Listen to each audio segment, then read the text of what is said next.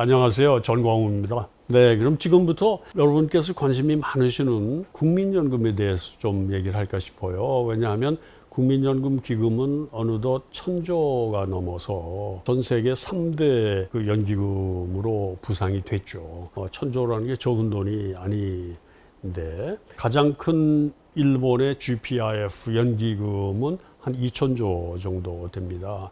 그리고 그다음에 노르웨이 거기는 국부펀드와 연기금이 짬뽕이 돼 있어서 순수한 의미의 그 연기금은 우리가 세계 2위라고 보시면 돼요. 제가 옛날 얘기를 좀 말씀드릴까요? 옛날이라고 그래봐야 지금부터 한 10여 년 전입니다. 제가 국민연금의 이사장을 맡은 것은 2009년에서부터 2013년까지 제가 재임을 하는데 얼마나 우리나라 국민연금 이사장이 자주 바뀌는지 제가 이제 한 4년 그렇게 되는데 역대 최장수 이사장을 했고 저는 그 3년 임기가 끝나고 연임까지 해서 유일하게 여태까지 오래 했죠. 오래 했다는 게 자랑이 아니라 그렇기 때문에 국민연금 얘기가 나오면 늘 가슴이 이렇게 뛰어요. 뭐 잘못된 얘기 나온 거 있나 싶어서 그렇게 이제 걱정이 되는데 무슨 말씀을 드리려고 그러냐면 그때 제가 갔을 때 국민연금 기금의 90% 이상이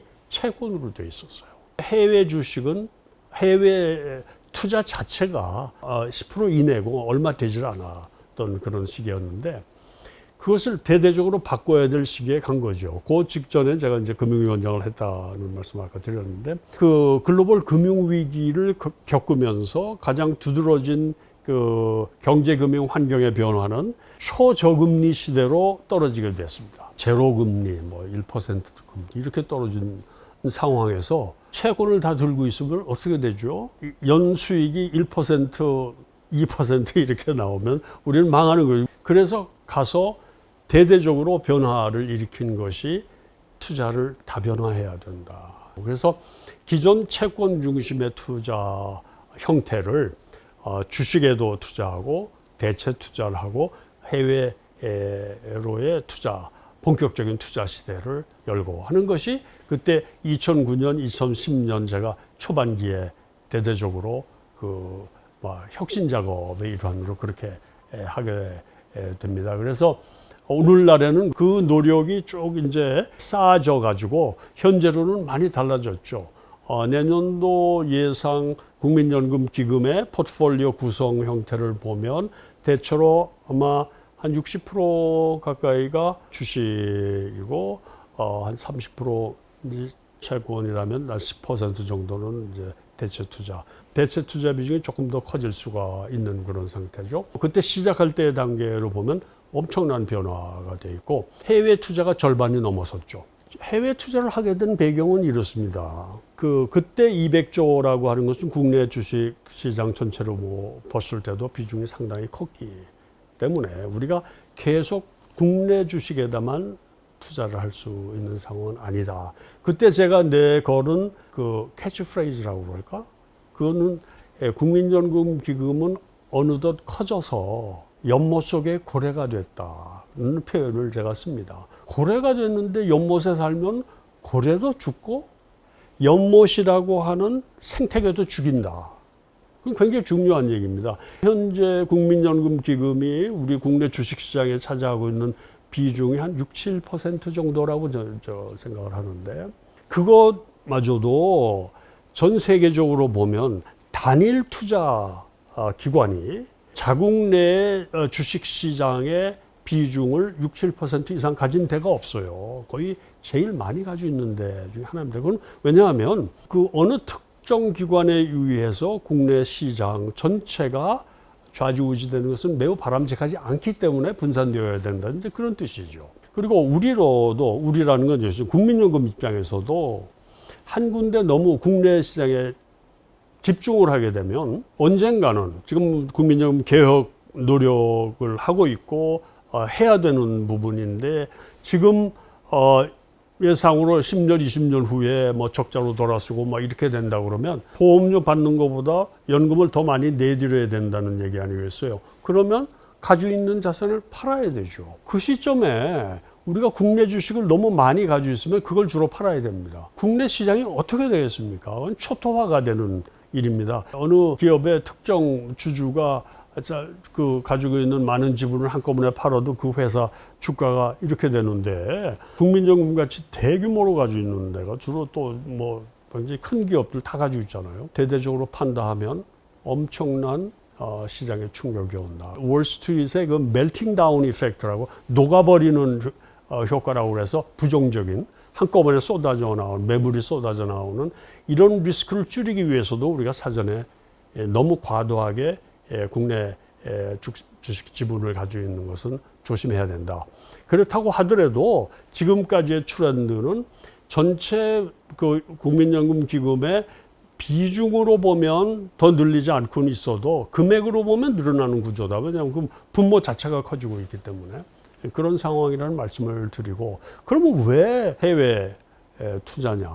지금 조금 전에 말씀드렸는데 금년 한 해만 보더라도 연중 미국의 S&P 500 지수 변동이 16% 이상 플러스가 되었고, 국내에 넣었으면 마이너스가 되는데, 국민연금 기금을 여러분이 운영을 하신다면 어디다 넣는 게 좋을까요? 저는 국민연금 이사장으로 있으면서 우리 담당 전문가들하고 얘기를 할 땐 꼭 그런 얘기를 강조하곤 했습니다. 이 돈을 관리할 때 내 돈보다 더 소중하다고 생각하고 관리를 해라. 우리 국민연금 기금을 관리하는 사람들은 뭐냐면 자기 돈이 아니라 국민연금에 가입한 가입자, 그러니까 국민들의 돈을 위탁받아서 우리가 운영을 하는 거죠. 그러니까 소위 수탁자의 의무라고 하는 것은 내 돈보다도 더 중요한 돈을 잘 굴려서 안정적 수익을 극대화한다 하는 목표로 우리가 운영을 해야 된다. 이제 그런 우리 원칙을 가지고 있는데, 그런 관점이라면 상황이 이렇다고 했을 때 국내 주식에 더 투자할래? 아니면 해외 주식에 좀 더 넣을래? 물론 최근의 성과가 해외 주식이 좋았다 해서 앞으로도 계속 거기 좋다는 그런 뜻은 아니지만, 우리가 장기적인 추세를 보더라도 연평균 수익률 쭉 비교해 보면 10년, 20년 통계적으로 우리나라 수익률이 약해 왔다고 하는 것이,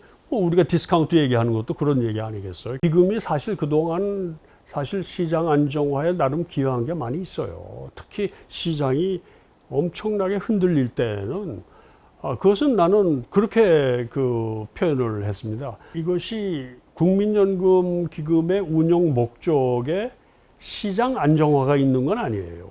그것은 우리 정부 당국이 있죠. 금융위원회나 뭐 기재부나 뭐 이런 데가 더 관심 가질 상황이고, 한국은행이나.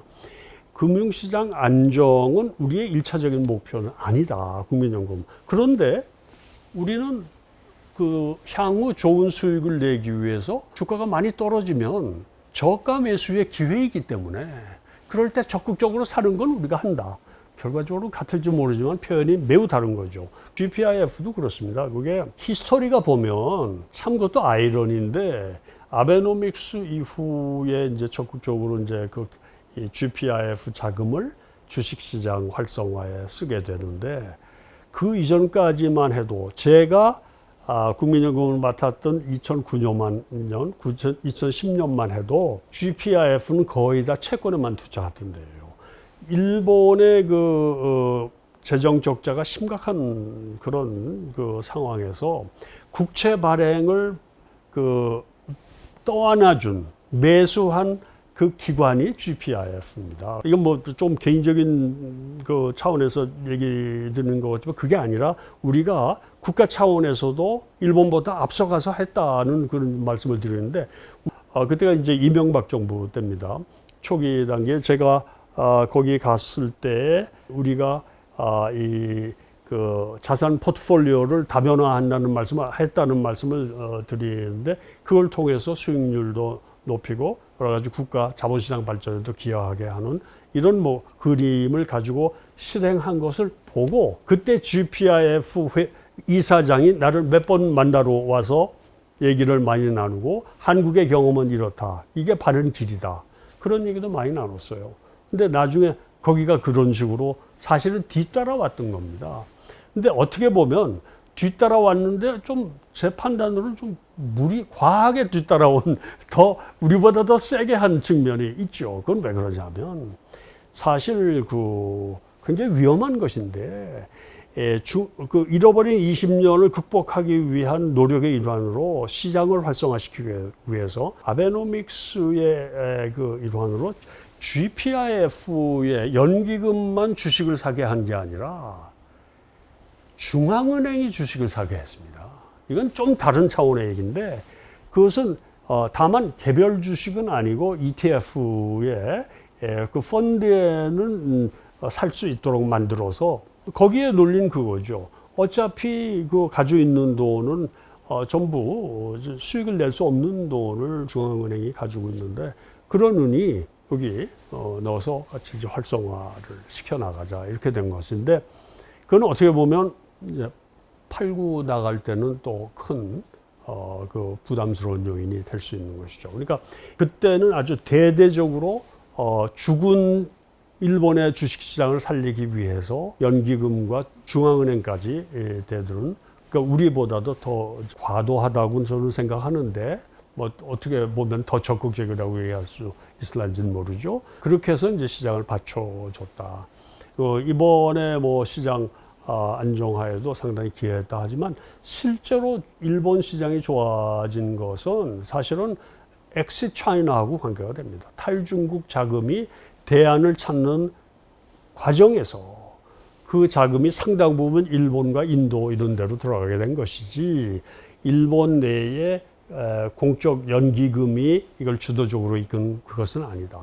특히 워렌 버핏도 대대적으로 일본에 투자를 한다든지 하는 이렇게 된 것이죠. 그러니까 일본 정부의 그 시장 활성화 의지를 외국 투자자들이 받아들였다고도 볼 수 있고 또 중국 경제가 정체된 상황에서 그나마 동북아에서 자유민주주의 시장 경제 하는 나라로서 일본의 정치 구도는 그렇잖아요. 총리가 수시로 바뀌더라도 그 자민당 구도는 그대로 가는, 그러니까 적어도 서방 세계의 입장에서 보면 신뢰할 수 있는 파트너, 정치적인 파트너라고 생각하는 나라의 시장에 넣는 게 낫지 않느냐라고 해외 투자자들이 많이 판단했을 수 있다. 근년에 와서 대박을 낸 큰 부자가 된 사람 한 사람을 꼽으라면 쟈슨 황일이지 않을까 싶어요. 엔비디아의 신화를 만든 사람이죠. 이 사람의 저는 그 개인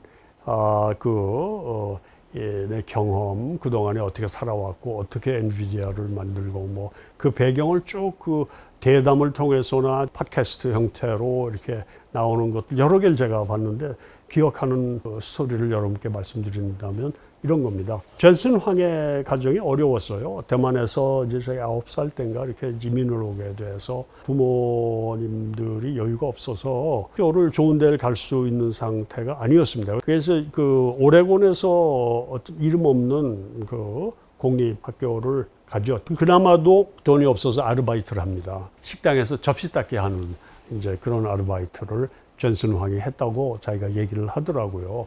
그 접시를 닦을 때 자기의 목표는 딱 한 가지였다고 그래요. 그래서 저는 이거 멋있는 얘기가 나올 모양이다.